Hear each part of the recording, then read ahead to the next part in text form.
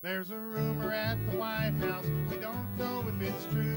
Does Nancy read Ron's horoscope and tell him what to do?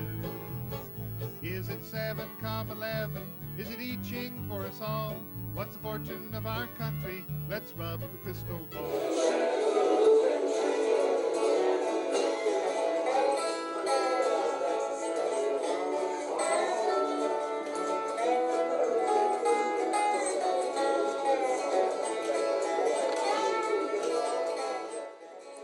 This is the story of a man who saw times change.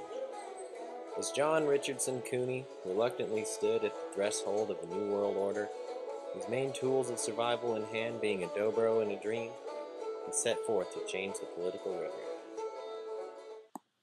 John was brought up in a time when people knew honesty and respect, a time when the religious community was more tightly knit, and communication wasn't all just pressed in the pages of cyberspace.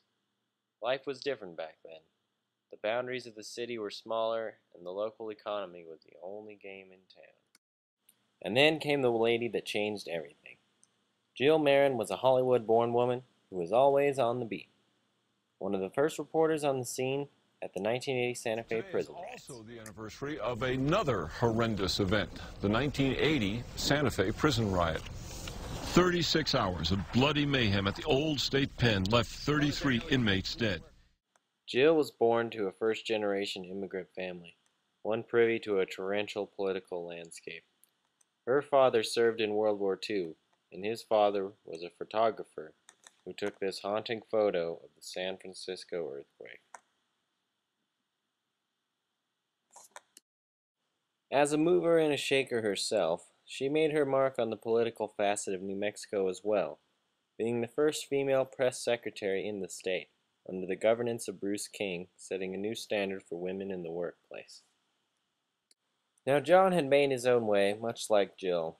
He had always exuded a strong passion for music, and began to form a community of family and friends, and thus, new traditions. The Fiasco brothers had been kicking jams longer than anyone who was in the band can remember. New Year's, Thanksgiving, and a yearly bluegrass festival in Walnut Valley, Kansas are traditions they still uphold. In the grand tradition of folk music, their political ballads began to strike a chord with national concerns and even caught the attention of NBC. If only we could all have carefree vacations, like traveling John Sununu. Well, as the consumer service, we've asked the Fiasco brothers of Albuquerque, New Mexico, to explain Sununu's frequent flyer program. Traveling John Sununu, sailing through the skies, talking to the president as through the air he flies. And, having never graduated high school, worked his way up to become a successful lawyer, creating his own future for the success of his family, but steadfastly continuing to share his gift of music with the community. John continues to amaze and inspire.